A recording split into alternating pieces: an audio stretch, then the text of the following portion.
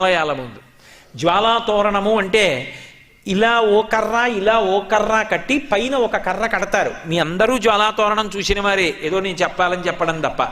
దానికి ఆవిరి గడ్డి తీసుకొచ్చి కడతారు, దాని మీద నెయ్యి పోసి వెలిగిస్తారు.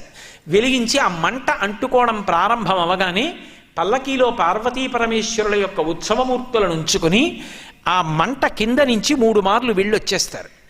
ఎందుకు అలా పెడతారు జ్వాలాతోరణం కింద నుంచి అంటే, జీవి అనేకమైనటువంటి పాపములను చేసి శరీరం విడిచిపెట్టిన తరువాత పరిగెత్తి పరిగెత్తి పరిగెత్తి పరిగెత్తి పరిగెత్తి దాహంతో చిట్ట చివర ఆ యమసదనానికి వెళ్ళినప్పుడు మంటలతో ఉన్నటువంటి తోరణం కింద నుంచి లోపలికి వెడతాడు అని శాస్త్రం వాక్కు.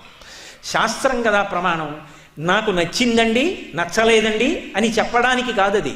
తస్మాత్ శాస్త్రం ప్రమాణంతే కార్యాకార్యం వ్యవస్థితౌ. నీ